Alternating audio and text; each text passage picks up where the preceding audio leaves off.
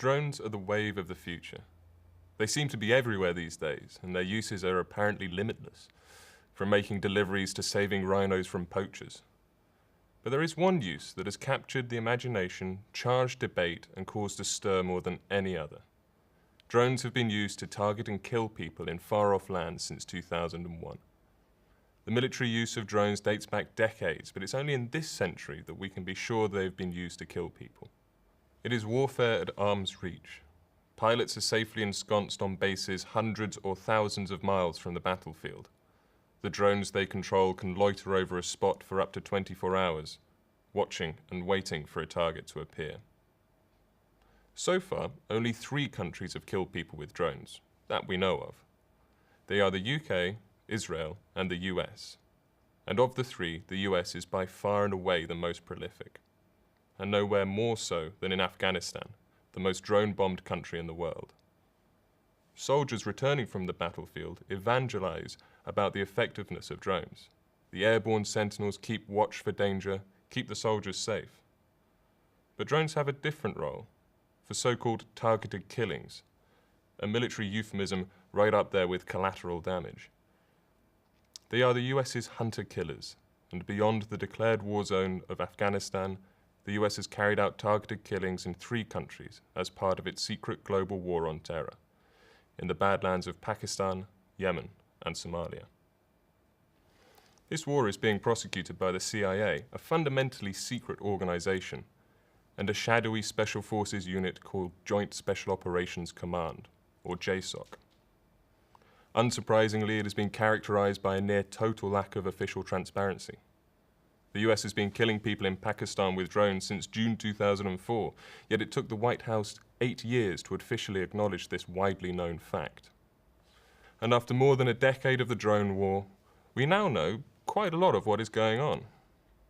In fact, we know more about what drones under the control of US spies are doing in a secret war in the mountains of Pakistan than we do about what the US military is doing with them in the UN-sanctioned war in Afghanistan. In no small part, this is down to significant differences between each country. After decades of rule by the communists and the Taliban, and now the Taliban insurgency, Afghanistan lacks the entrenched and robust media of its neighbor. Pakistan's media is strong and generally independent. That said, media independence only goes so far.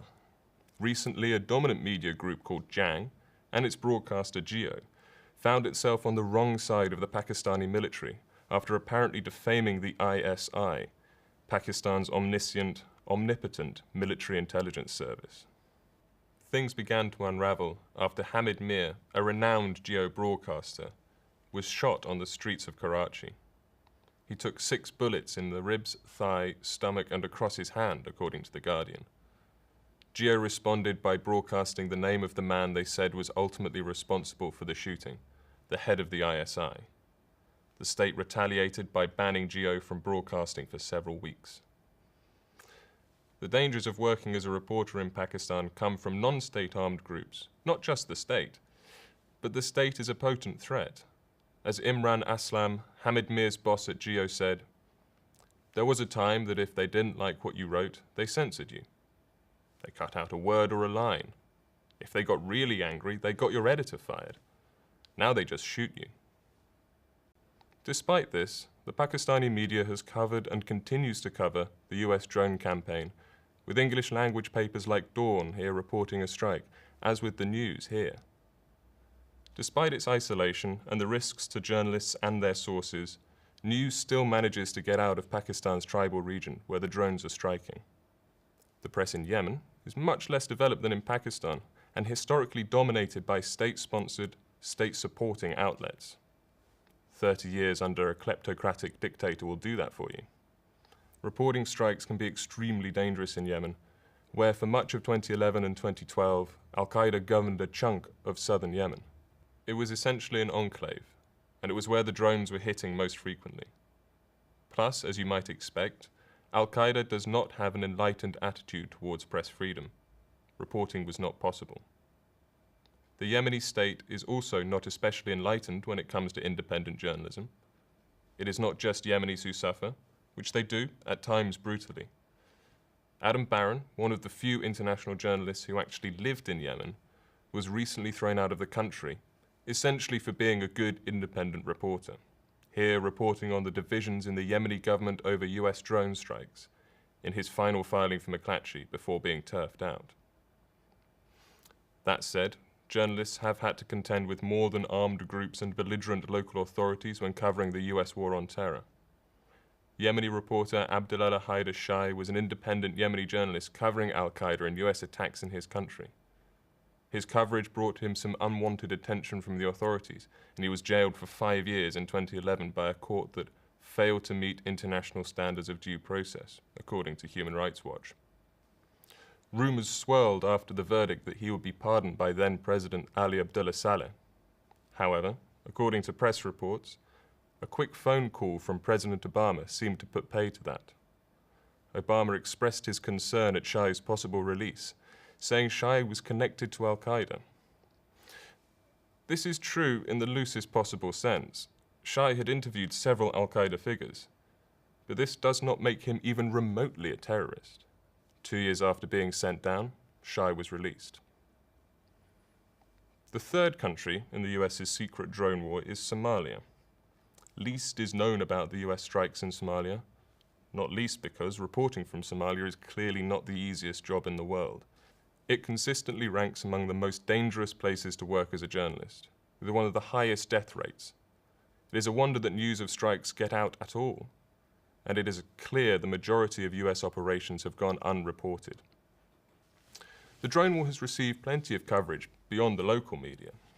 The international and Western media has been on the story from the very first strike outside Afghanistan, in Yemen on 3rd of November 2002. In fact, it looked like an international broadcaster was uncovering the full extent of the drone war in Somalia.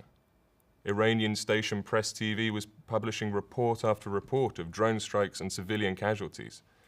However, the reports did not stand up to scrutiny. There was no independent evidence they even happened at all. There has been a clear divide between how different parts of the world's media covers the US drone war. Press TV and Russia Today have taken a dim view, publishing stories about US murder vehicles or assassination drones. Western media coverage, by contrast, can be typified by its willingness to repeat unchallenged the utterances of anonymous officials. The most startling example of an eagerness to stick to the official line emerged just recently. Kendall Lanyon, when national security reporter for the LA Times, on one occasion sent the text of a story about drone strikes in Yemen to CIA press officers for their feedback. The emails really demonstrate how collegial and genial his working relationship was with the CIA's press team, rather than anything more pernicious. Though that said, showing your copy to the subject of a story is just not done. As Lanyon said, "I shouldn't have done it, and I wouldn't do it now." Drone coverage is also strong beyond the traditional media. Social media is proving a fertile area, like when one drone strike in Yemen was live tweeted by a lawyer with extensive contacts where the strike hit, putting paid to the idea that you can bomb people secretly.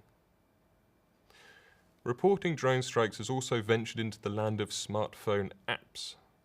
Metadata Plus gives you a push notification every time a drone strike is reported. It's a simple system that bears a remarkable similarity to a previous incarnation, Drones Plus. Drones Plus never made it past the gatekeepers of the Apple App Store. It was rejected several times, at first because of flaws in its design and functionality. When the glitches were fixed, however, Apple rejected the app on the basis of its content. According to reports by the Bureau of Investigative Journalism, it told the developer Josh Begley that it would reject apps that present excessively objectionable or crude content. That the content was culled from media reports published by companies with apps in the Apple App Store was neither here nor there, it seemed. It's an especially odd objection when you consider Apple is happy to host Drone Shadow Strike on the App Store. The coverage of the supposedly secret drone wars has been at times lazy. Other times it has dug deep at the truth of what is happening. But it has always been there, reporting the strikes, to a greater or lesser extent. And it looks like it's having an effect. The US administration is gradually becoming more open, Grudgingly, it's releasing documents detailing the legal basis it uses to justify the strikes. Grudgingly, and after years of lawsuits and court battles. Earlier this year, on the 28th of May, the President acknowledged that US drones have killed civilians in its strikes. Admittedly, 10 years after the first strike killed 2 children. Sadly, we are in a position after years of obfuscation, leaks, and background briefings that any hint of an on-the-record comment is laudable. For a secret war, this drip feed of information is odd, perverse even. An interesting consequence of the years of coverage has been to normalize the drone war. President Obama now talks frankly about the bureaucratic process he has put in place to enable him to choose who his government is going to kill, wherever they are in the world, and thousands have died, as targeted killings have become normal.